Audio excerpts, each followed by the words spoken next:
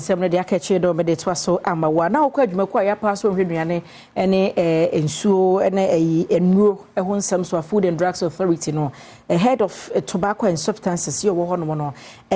Olivia Ekuamwa Boaten wo de adehwede ato maburu ne yire anim se so okohu se obi ete bia ni se wotena na wonom ne ma bia ni se wonom a ne FDA fo mpanifo ni kita ho sabia sa woni ekuro no obetima kofa no na so twen se fata wo de ama no.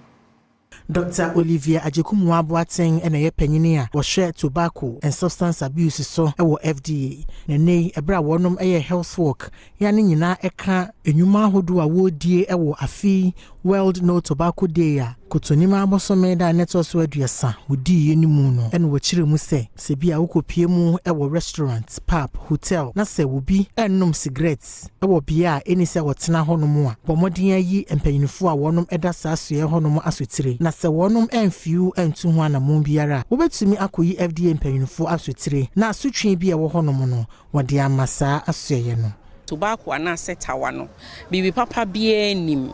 na onuma efiti wuti koka wo fom ensusu de papa bia nim nti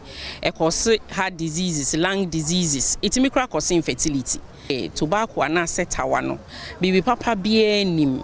na onuma efiti wuti koka wo fom ensusu de papa bia nim nti cause heart diseases, lung diseases, itimi kra cause infertility. Woni amani boni enkomo twetwe mu no wasan so kire nhyehyɛ bia wonum ade egu akwan mu sɛ de bɛyɛ bɛboa na afeda sesɛ sɛ wonum edi World No Tobacco Day no a na nipa wonum enubone no ɛso atie. Routine programs yani school health educational program and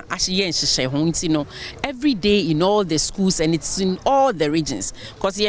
predominantly the group that are affected most are youth. No, into almost a new my planner, peer groups or school name, the materials and any idea more no monoswak so actually or mon because almost and they appreciate it if it's coming from them. Now your son so cry a music video, your friend no Darby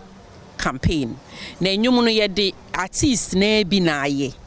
ena enkola no so say ye kosa platforms no na o this mic na kasa they are not excited at all. You start to say ye bo nyum na we get their attention na ye the advocacy no ato aso.